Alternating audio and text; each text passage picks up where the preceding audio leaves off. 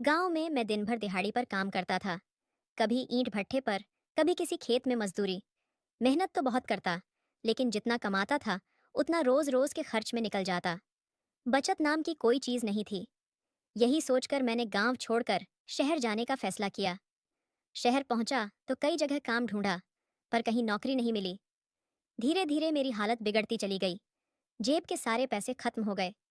खाने को कुछ नहीं था, सोने की जगह भी नहीं। मजबूर होकर मैं एक बड़े बंगले के बाहर रातें बिताने लगा। एक दिन उस बंगले की मालकिन ने मुझे देखा। उनकी आंखों में दया और ममता थी। उन्होंने मुझे अपने घर बुला लिया, रहने की जगह दी और मेरे लिए काम भी ढूंढा। वो अकेली रहती थीं और उनका स्वभाव इतना स्नेहिल था कि धीरे धीरे मैं उनके बहुत करीब आ गया। मुझे उनकी मुस्कान, उनका बोलने का अंदाज और उनका अपनापन बहुत अच्छा लगने लगा।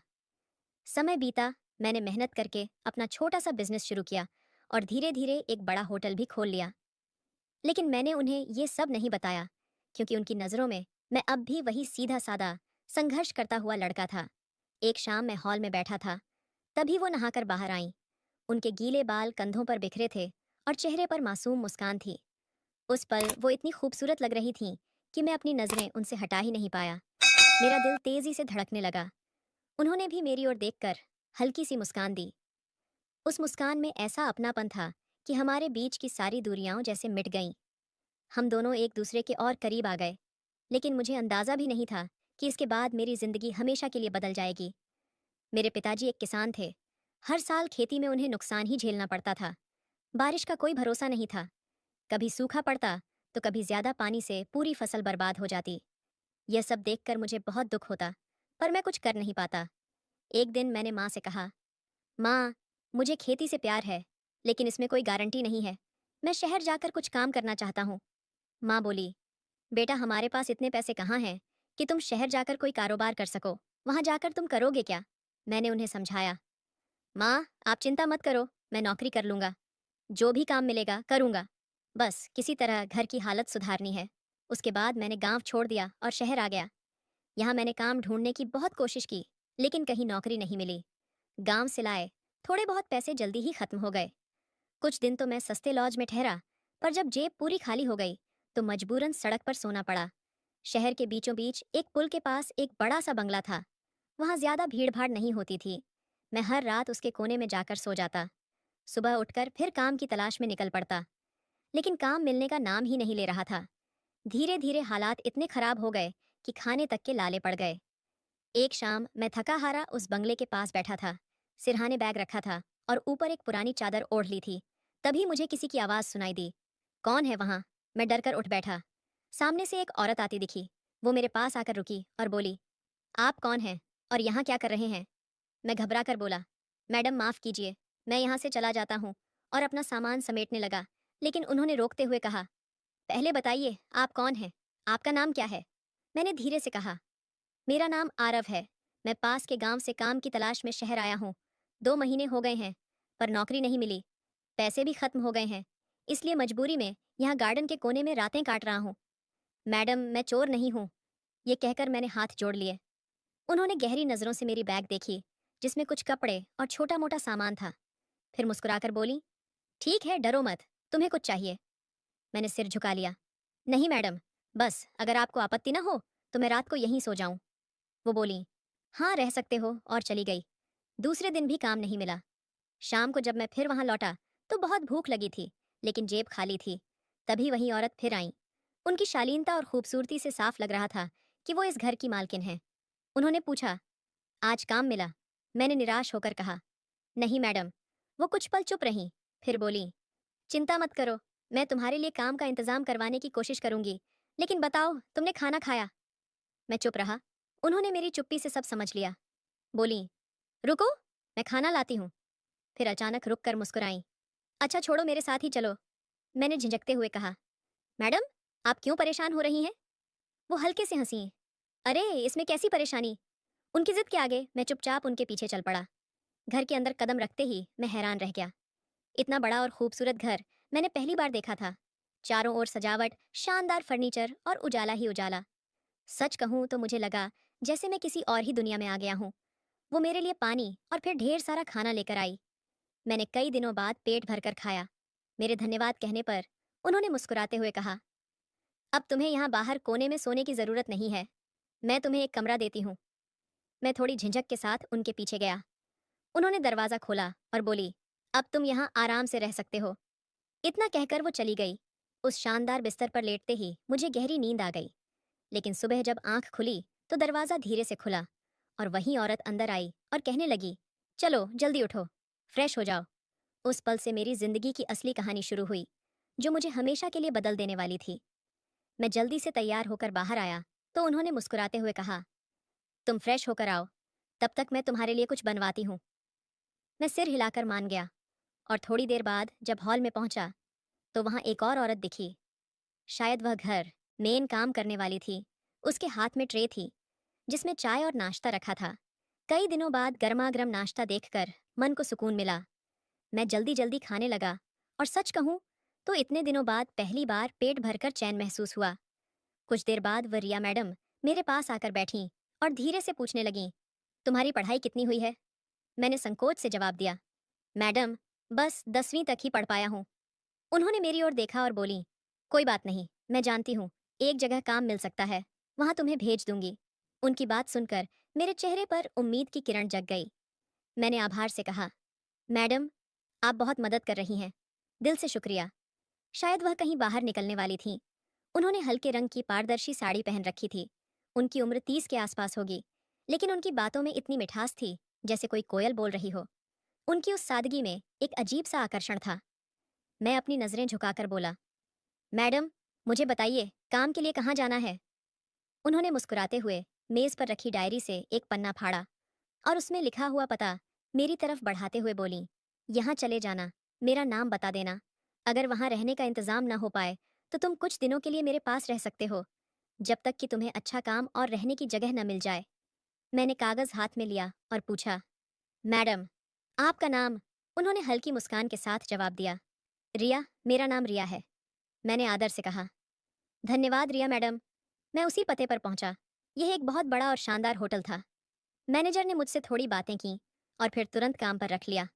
उस दिन मैंने जी जान से मेहनत की। शाम होते होते मैं थक चुका था, लेकिन मन में सुकून था कि अब मुझे एक काम मिल गया है। हाँ, परेशानी सिर्फ इतनी थी कि रहने की जगह नहीं मिली।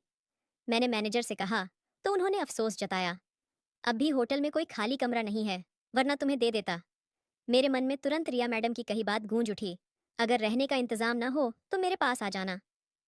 रात गहरी हो चुकी थी। घड़ी में 10 बज रहे थे। दिल में थोड़ा डर था कि इतनी रात गए जाना ठीक होगा या नहीं, लेकिन उनकी कही बात पर भरोसा करके मैं धीरे धीरे उनके घर की ओर चल पड़ा। मैंने हिम्मत जुटाकर दरवाजे की घंटी बजाई। कुछ ही पलों में दरवाजा खुला और सामने रिया मैडम खड़ी थीं। मुझे देखकर वह मुस्कुराई और बोली, अरे, आ गए क्या? वहां ठहरने का इंतजाम नहीं हुआ? मैंने झिझकते हुए कहा, जी, वहां जगह नहीं थी, इसलिए सोचा आपके पास आ जाऊं। वह हंस दी और बोली, मैंने कहा था ना, जब तक सब सही ना हो जाए तुम यहाँ रह सकते हो। चलो अंदर आ जाओ। मैं अंदर गया तो वह सोफे पर बैठकर अपने लैपटॉप पर काम करने लगी। मैंने धीरे से कहा, मैडम, अब मैं अपने कमरे में जाकर आराम कर लूं। उन्होंने सिर उठाकर देखा और मुस्कुराते हुए बोली, ठीक है, गुड नाइट। मैंने भी उन्हें गुड नाइट कहा और अपने कमरे में चला गया। उस रात नींद आने से पहले दिमाग में बार बार यही सवाल घूम रहा था, आखिर रिया मैडम मेरी इतनी मदद क्यों कर रही हैं? आजकल की दुनिया में कोई बिना स्वार्थ के इतना क्यों करता है? लेकिन जवाब खोजते खोजते मैं सो गया। अगली सुबह मैं तैयार होकर बाहर निकला ही था कि उनकी आवाज कानों में पड़ी, अरे रुको, नाश्ता किए बिना कहाँ जा रहे हो? मैंने झेंपते हुए कहा, मैडम, रोज आपके घर पर नाश्ता करना मुझे ठीक नहीं लगता। आपने पहले ही मेरे लिए बहुत कुछ किया है। वह हंसकर बोली, अरे ऐसी कोई बात नहीं है, आज तो काम वाली भी नहीं आई, इसलिए नाश्ता मैंने खुद बनाया है। तुम बस बताना कि मेरे हाथ का स्वाद कैसा लगा। इतना कहकर वह रसोई की ओर बढ़ी। मैं सोफे पर बैठा था, लेकिन नजर अनजाने में उनकी तरफ चली गई। उन्होंने साधारण सा गाउन पहन रखा था, पर उनके गोरे रंग और आत्मविश्वास भरे अंदाज ने उन्हें किसी फिल्मी हीरोइन से कम नहीं दिखाया। शायद उन्हें भी एहसास हुआ कि मेरी निगाहें उनकी ओर हैं। उन्होंने पलटकर शरारत भरी मुस्कान दी और बोली, क्या हुआ, कुछ देख रहे हो? क्या मैं सकपका गया और बोला, ना नहीं मैडम। वह हल्के से हंस दी और किचन में लग गईं।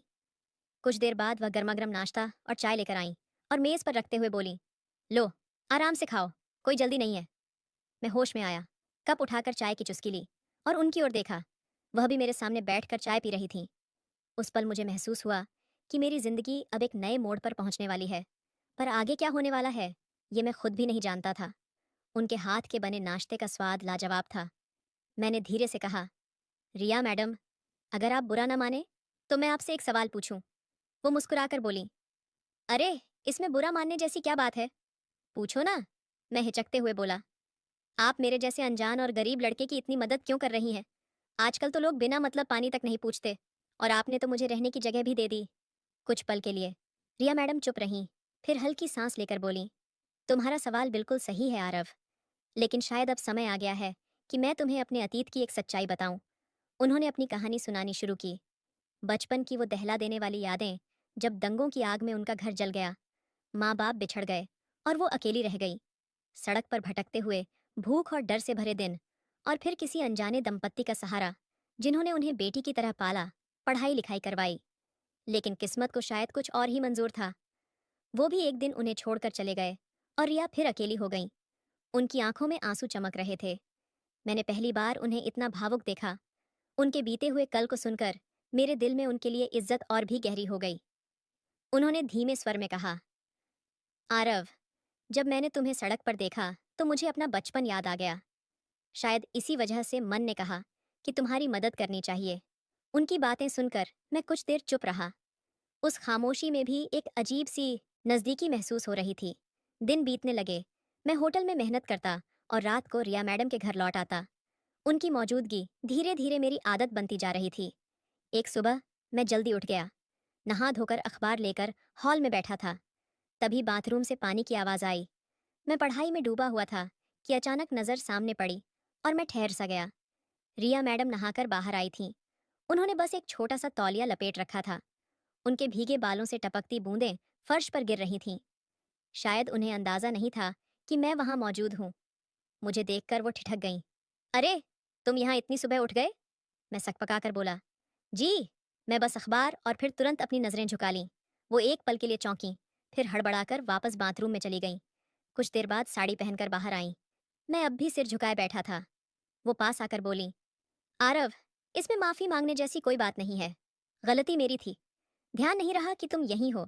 उनकी सहजता ने मुझे हैरानी के साथ साथ सुकून भी दिया। सच कहूं तो मैं डर रहा था कि कहीं वो मुझे गलत न समझें, लेकिन उनकी उस मुस्कान ने माहौल को हल्का कर दिया। फिर उन्होंने बात बदलते हुए कहा, अरे, आज काम वाली नहीं आएगी तो नाश्ता मैं ही बना लूंगी। मैंने घड़ी की ओर देखा और कहा, मैडम, मुझे देर हो रही है, अब निकलना चाहिए। वो हल्की हंसी के साथ बोली, ठीक है, पर शाम को लौटना जरूर। उस पल मुझे महसूस हुआ कि हमारी ये मुलाकातें अब सिर्फ इत्तेफाक नहीं रह गई थीं। ये शायद किसी नई शुरुआत की आहट थी। फिर मैं बाहर जाने के लिए निकल पड़ा। सुबह नाश्ता नहीं किया था, इसलिए पेट में हल्की भूख थी। चलते चलते मैं एक छोटे ठेले पर पहुंचा। वह ठेला बहुत साधारण था, लेकिन वहां नाश्ते की तरह तरह की चीजें बन रही थीं। मैंने पहली बार वहां नाश्ता किया। नाश्ता करते हुए मैंने ठेले वाले से पूछा, भैया, आप ये ठेला कब से चला रहे हैं? वो मुस्कुराया। कई सालों से मैंने देखा कि खाना ठीक ठाक था, लेकिन उसमें वह खास स्वाद नहीं था जो लोगों को बार बार खींच लाए। मुझे सलाह देना सही नहीं लगा, इसलिए नाश्ता करके मैं आगे बढ़ गया। वापस आते हुए मैं फिर उसी ठेले वाले के पास गया और बोला, भैया, मेरे दिमाग में एक आइडिया आया है। अगर आपको पसंद आए तो हाँ बोलिएगा, नहीं तो मना कर सकते हैं। वो उत्सुक होकर बोला, बोलो ना, क्या आइडिया है? मैंने कहा, मेरा नाम आरव है। मैं यहाँ एक होटल में काम करता हूँ। मुझे कुछ अच्छी रेसिपीज आती हैं। अगर आप मुझे अपने बिजनेस में शामिल कर लें तो हम मिलकर अच्छा काम कर सकते हैं। ठेले वाले की आंखों में चमक आ गई, लेकिन उसने समझाया, मैं यह ठेला कई सालों से चला रहा हूँ। अब इसे बेचकर शायद कुछ नया शुरू करना चाहूँ। अभी तक कोई खरीदार नहीं मिला। मैंने तुरंत कहा, मैं इसे खरीदने के लिए तैयार हूँ। वो खुशी से हंस पड़ा। मैंने कहा, ठीक है भैया, मैं कल आएगा। अगले दिन मैं 500 रुपये लेकर वहां पहुंचा। पैसे देकर मैंने ठेला खरीद लिया और उसमें कुछ बदलाव किए। बचे हुए पैसों से सामान खरीदा और अपना छोटा सा नाश्ते का कारोबार शुरू कर दिया। अब मैं रोज उसी ठेले पर काम करता और धीरे धीरे मुनाफा भी बढ़ने लगा। लेकिन मैंने रिया मैडम को इसके बारे में कुछ नहीं बताया। एक दिन मैंने उनसे कहा, मैडम, आप मुझे इतने महीनों से मुफ्त में रहने दे रही हैं। मुझे अच्छा नहीं लगता। मुझे किराया देना चाहिए। रिया मैडम हंसकर बोली, आरव, चिंता मत करो। जब तुम अच्छे पैसे कमाने लगोगे तब बाद में मुझे दे देना, अभी तुम्हें फ्री में रहने दो। उसका यह सहज व्यवहार मुझे और प्रभावित कर रहा था। मुझे हर बात में उसकी दया, समझदारी और प्यार नजर आ रहा था। एक रविवार को मेरा ठेला बंद था। मैं हॉल में टीवी देख रहा था। तभी रिया मैडम मेरे पास आई। बोली, आरव, मेरे कंधे में बहुत दर्द है, देखना ना। जरा मैं उनके पास गया। उन्होंने गुलाबी अनारकली सूट पहना था और दुपट्टा हल्का सा साइड में रखा था। मैंने धीरे से उनके कंधे को देखा और पूछा, मैडम, थोड़ा दर्द कहाँ है? वो मुस्कुराई और बैठ गईं। मैंने अपने हाथ से उनके बालों को एक तरफ किया और धीरे धीरे उनके कंधे पर हाथ रखकर दबाने लगा। कुछ ही मिनटों में वह बोली, आरव, तुम्हारे हाथों में जादू है, देखो थोड़ी देर में कितना अच्छा लग रहा है। मैं बस उन्हें देखता रहा। उनके लंबे बाल, गोरा रंग, भूरी आंखें और गुलाबी गाल, सब कुछ मेरे दिल को छू गया। मेरे मन में ख्याल आने लगे, क्या रिया मैडम को भी मुझसे कोई खास लगाव है? क्या मैं भी उन्हें पसंद करने लगा हूं? लेकिन मैं जानता था कि यह सिर्फ ख्याल है और हमारी दुनिया में जमीन आसमान का फर्क है।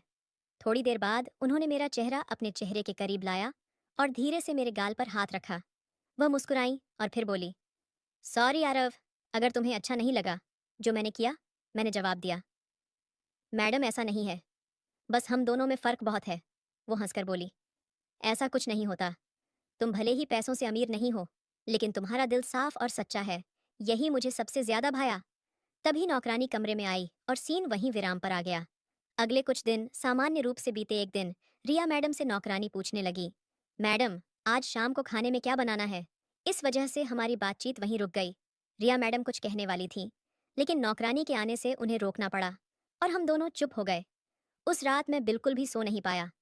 अगले दिन मैं अपने काम पर गया और अपनी गाड़ी पर पूरा ध्यान देकर काम करने लगा। नई नई रेसिपीज आजमाने और अलग अलग पकवान बनाने का मेरा प्रयास लगातार जारी रहा।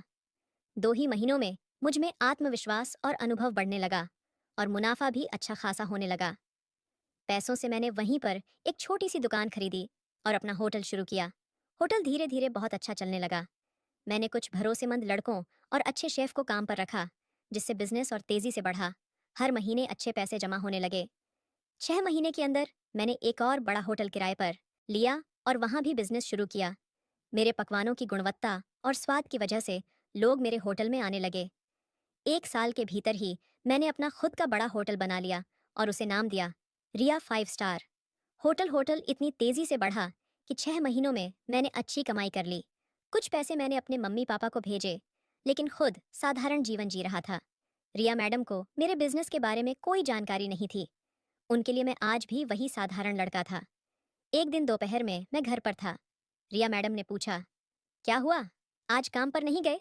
मैंने कहा, नहीं, आज थोड़ी थकान महसूस हो रही थी, इसलिए नहीं गया। वो मुस्कुराई और बोली, आज हम बाहर से बढ़िया खाना मंगवाते हैं। मैंने सुना है कि हमारे शहर में रिया 5 स्टार होटल नाम से एक बड़ा होटल खुला है। वहाँ के पकवान बहुत स्वादिष्ट होते हैं। मैं उनकी उत्सुकता देखकर मुस्कुराया, लेकिन होटल के बारे में कुछ नहीं बताया। थोड़ी देर बाद उन्होंने ऑनलाइन पार्सल मंगवाया और हम दोनों ने मिलकर खूब मज़े से खाना खाया। लेकिन कुछ दिन बाद अचानक उनकी तबीयत खराब हो गई। उन्हें अस्पताल में भर्ती कराना पड़ा। जब मुझे यह पता चला, मैं तुरंत अस्पताल भागा। वहां पता चला कि रिया मैडम को खून की सख्त ज़रूरत है। डॉक्टरों ने बताया कि उनका ब्लड ग्रुप मिलना मुश्किल हो रहा है। मैंने हिम्मत जुटाई और कहा, सर, मेरा ब्लड ले लीजिए, मैं डोनेट करने के लिए तैयार हूँ। डॉक्टरों ने कहा, पहले आपका ब्लड टेस्ट करेंगे, अगर सब सही रहा तभी डोनेट हो पाएगा। जांच के बाद पता चला कि मेरा ब्लड रिया मैडम के लिए बिल्कुल सही है। हालांकि डॉक्टर थोड़े चिंतित थे कि शरीर इतना ब्लड सह पाएगा या नहीं। मैंने दृढ़ता से कहा, सर, बस इन्हें बचाइए, मैं सब सह लूंगा। डॉक्टरों ने मेरा ब्लड लिया और कुछ ही दिन में रिया मैडम स्वस्थ हो गईं। उन्हें ठीक और हंसते हुए देखकर मेरे मन में अपार सुकून आया। एक शाम करीब 5 बजे मैं गैलरी में खड़ा मोबाइल में कुछ काम देख रहा था। तभी रिया मैडम मेरे पास आईं और हल्के से मेरे कंधे पर हाथ रखा। हंसते हुए बोली, अरे क्या हुआ मोबाइल में, इतना क्या बिजी हो? मैंने कहा, कुछ नहीं, बस टाइम पास कर रहा था। वो मुस्कुराई और बोली, आरव, मैं तुम्हारी बहुत शुक्रगुजार हूँ। मैं थोड़ा हैरान होकर बोला, किस लिए? वो बोली, उस दिन हॉस्पिटल में मुझे ब्लड की ज़रूरत थी, तुमने मेरी जान बचाई, तुम मेरे लिए भगवान जैसे थे। मैं अंदर से भावुक हो गया। उसकी बातें सुनकर दिल धड़क रहा था। थोड़ी देर बाद रिया मैडम ने मेरा हाथ पकड़ते हुए कहा, आरव, मुझे तुमसे कुछ पूछना है। मैंने कहा, हाँ पूछिए। वो मुस्कुराई और बोली, पहले एक काम करो, मुझे मैडम कहना बंद करो। अब तुम मुझे सिर्फ रिया कह सकते हो। मैंने खुशी से कहा, ठीक है रिया, अब बताओ क्या पूछना है। वो थोड़ी शर्माते हुए मेरे करीब आई और बोली, आरव, क्या तुम मेरे लाइफ पार्टनर बनोगे? क्या तुम मुझसे शादी करोगे? उस शब्द को सुनकर मैं सच में हैरान रह गया। ये सपना लग रहा था। मैंने खुद को चुटकी काटकर पक्का किया कि यह सच में हो रहा है। मैं घबराया और बोला, लेकिन रिया। वो टोकते हुए बोली, अरे कुछ मत बोलो, अमीर हो या गरीब, इससे मुझे कोई फर्क नहीं पड़ता। मुझे तुम्हारा दिल पसंद है। ऐसे लोग बहुत कम मिलते हैं। तुम मेरे लिए खास हो। तुम मेरे लाइफ पार्टनर बनोगे। ये कहकर उसने मुझे गले लगा लिया। मैं भी भावुक होकर उसे गले लगा लिया। पहली बार हम दोनों अपने प्यार में पूरी तरह खो गए। मैंने धीरे से पूछा, रिया, क्या सच में तुम मुझसे शादी करना चाहती हो? वो हंसकर बोली, हाँ। तुम्हें मजाक लग रहा है क्या? उस पल मेरी दुनिया पूरी तरह बदल गई।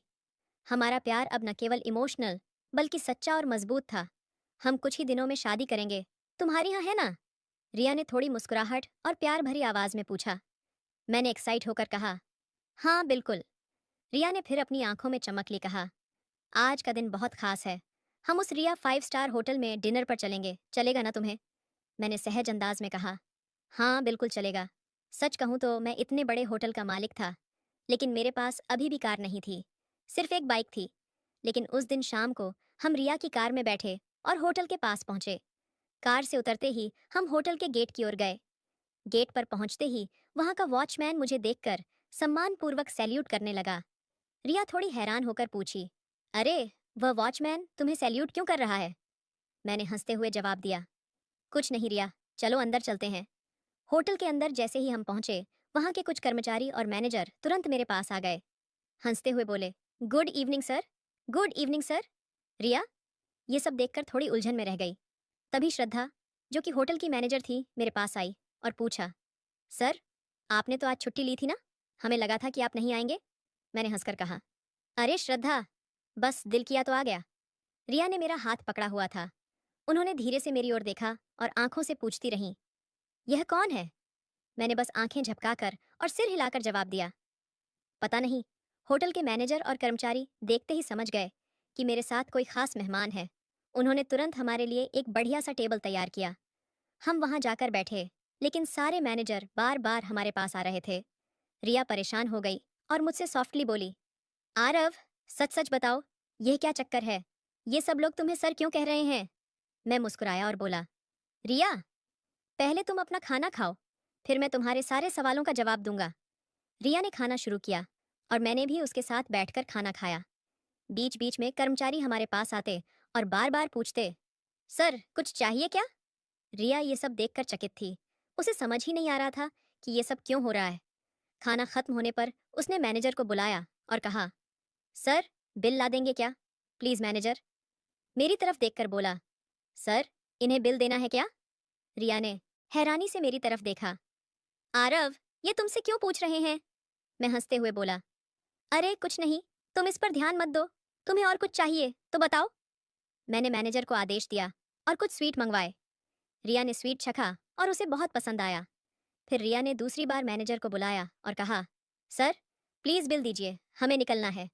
मैनेजर मुस्कुराया और बोला, मैडम, हम आपसे बिल नहीं ले सकते। रिया ने हैरानी से पूछा, क्यों? क्या आज होटल में कोई ऑफर है? मैनेजर ने कहा, मैडम, जिनके साथ आप हैं वही इस होटल के मालिक हैं। हम उनसे बिल कैसे ले सकते हैं? रिया अब पूरी तरह चौंक गई। उसने मेरी तरफ देखा और पूछा, आरव, ये मैनेजर क्या कह रहा है?